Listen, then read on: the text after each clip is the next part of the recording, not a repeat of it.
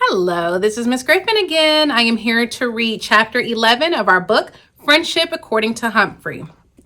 Chapter 11, Study Buddies. Tabitha's mom looked like a regular mom, even though Tabitha said she wasn't her real one. Tabitha called her Carol. "I've been looking forward to this all day," said Carol, with a smile that showed she meant it. I liked her enthusiasm. "You'll have to show me how to take care of Humphrey. I've never had a hamster before." "It's a snap," I squeaked. "I think Humphrey's trying to tell us something," Carol said. Smart lady. Once we were home, Carol set my cage on the table and made some hot chocolate. "How was your day?" she asked. Tabitha shrugged her shoulders, just like any other day. If she only knew. She opened her backpack and pulled out some papers. "I've got math homework." Carol examined the paper. "Honey, this isn't yours. It belongs to somebody named Seth Stevenson." Tabitha grabbed the study guide. "We must have switched." She rummaged around in her backpack and pulled out another study guide. "Hang on, this one's mine." She showed Carol the study guide with her name on it. "Is this important?" asked Carol. "Very," said Tabitha. "Very, very, very." I couldn't help squeaking up. "Seth will need this. We'd better try to call him," Carol said. It looked as if things were working out according to my plan, but you can never be sure with humans. Seth and his mom arrived the next morning. "Thank you for calling," said Mrs. Stevenson. "Seth was in a panic when he couldn't find his homework." "It took me a while to get your number. I finally called Mrs. Brisbane," Carol explained. "I'm sorry we never met before. I didn't even know there was a new girl in the class," Seth's mom said.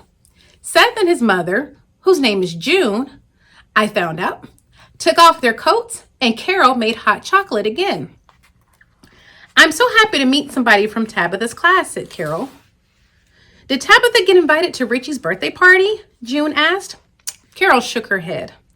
"I'll call his mom. She invited everyone in the class, but I'll bet she didn't know about Tabitha either." "I'm sorry no one called to welcome you. We'd love to have you at the parent-teacher meetings." Carol poured out the steaming chocolate. "I'd like that. I'm kind of new to the mother business." "Looks like you're off to a good start," said June. The two mothers moved into the living room while Seth and Tabitha sat by my cage. Smiley the bear lay on the table. "Hey, Humphrey," Seth greeted me. I spun on my wheel to show him I was happy to see him. "If Richie invites you to his party, will you go?" he asked Tabitha. "I don't know," she said. "Maybe." Seth rubbed his nose. "Well, if you do, could you leave Smiley at home?" Tabitha looked surprised. "Why?" Seth sighed. "Well, I know you're not weird, but the other kids think you are because of the bear.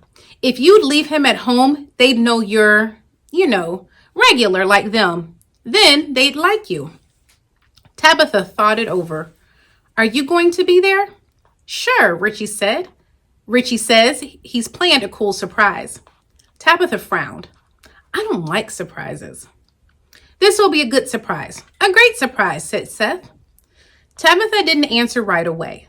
"Okay, if you'll be there, I'll come, and I'll leave Smiley at home." Seth looked relieved. Great. They watched me spin on my wheel and talked about the math test. After a while, Tabitha said, "The basketball game's on. Want to watch it?" The two of them raced out of the room, and I didn't see them again for the rest of the afternoon.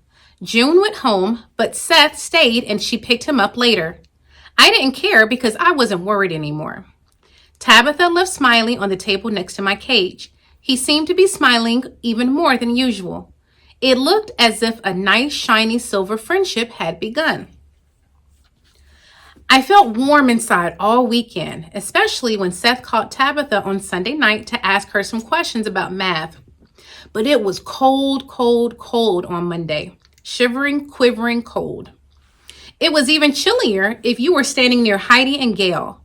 Even when she wasn't around Heidi, Gail hardly ever giggled anymore. Then came Tuesday, the day of the big math test. It was probably the quietest day of the year, as my classmates were very serious about this test. Kurt groaned a few times during the test. Seth got up 3 times to sharpen his pencil. Everyone seemed glad when it was over, especially me. Aldo was unusually quiet that night, too. Instead of talking to me while he ate, he spent a lot of time writing in a big notebook. Sometimes he'd stop to stare at me, then go back to writing. It started to snow on Thursday. When the students got to class, they were all bundled up in heavy hats and scarves, and they all had red noses. A few of those noses were runny, I'm sorry to say.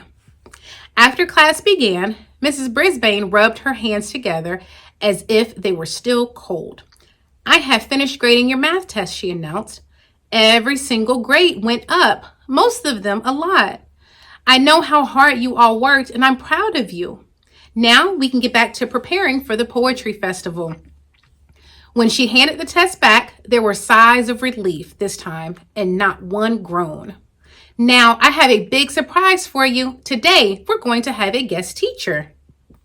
"Is that like a substitute?" asked Heidi. Of course, Mrs. Brisbane reminded her to raise her hand.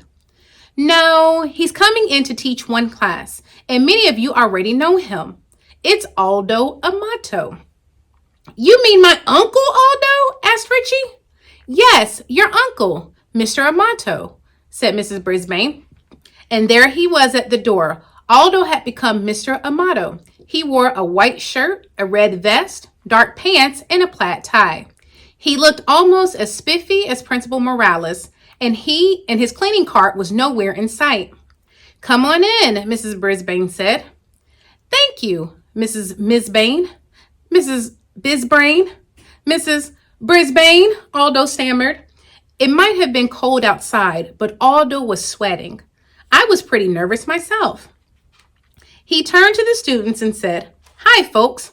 I spend a lot of time in this classroom when you're not here, so it's nice to see real people sitting in these chairs for once.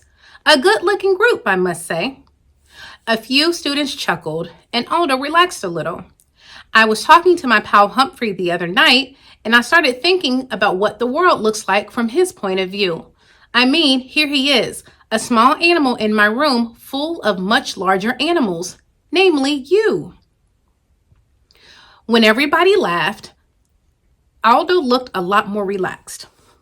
"Anyway, Humphrey gave me a funny idea for something we can all try today." "Who, me? Aw, shucks." Aldo held up a pencil. "Can anybody tell me what this is?" "A pencil," answered Heidi. "Oops, hands please," said Aldo. Heidi's hand shot up. "Yes, ma'am," said Aldo. I was impressed. Mrs. Brisbane never called anybody ma'am. "It's a pencil," said Heidi. "Really? What do you think?" Aldo pointed at Pay Attention Art, who was staring up at the ceiling. "Who, me? What?" Aldo walked towards Art, holding the pencil up. "I asked you, sir, what does this look like?" Mrs. Brisbane never called anybody sir either. "A pencil?" answered Art. Aldo stared at the pencil for a second. "I think you're right. But what does it look like to Humphrey?" Aldo asked. To tell you the truth, I thought it looked like a pencil, but that clearly wasn't the answer Aldo wanted. He approached my cage and held the pencil up right in front of me, very close. "What do you think Humphrey sees?" The class was quiet for a few seconds before hands began going up. Even Heidi remembered to raise her hand. Aldo picked Kirk this time. "He probably sees a big strip of yellow," he said. "I think you're right. What do you think, Aldo?" pointed to Saya. "Maybe something grainy, like a yellow tree trunk," she answered. "Yeah, if you look closely, you can see the texture." Aldo turned to me. "Right, Hump?" "Whatever you say, Aldo," I squeaked. That sent Gail giggling until she caught Heidi's eye. Heidi made a face at her and Gail turned serious. Heidi made a face at her and Gail turned serious. So today we're going to look at the world from I'm sorry. So today we're going to look at the world from a Humphrey's eye point of view.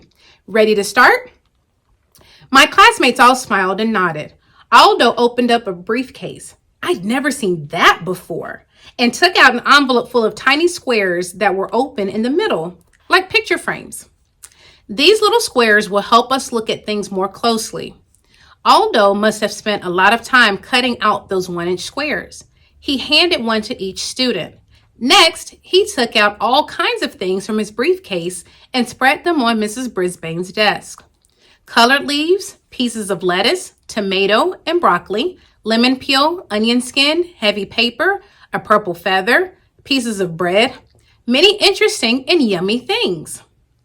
I want you to draw what you see with your colored pencils or crayons and answer a few questions, said Aldo.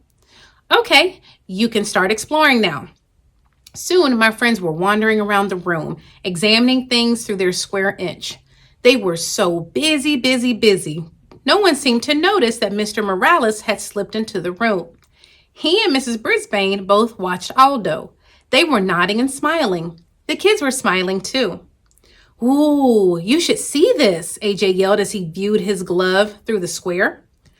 I was the only one who noticed that Saya went over to Tabitha and asked her if she could borrow Smiley and study his fur. He's not here, Tabitha answered. He's at home. You could have knocked me over with a purple feather.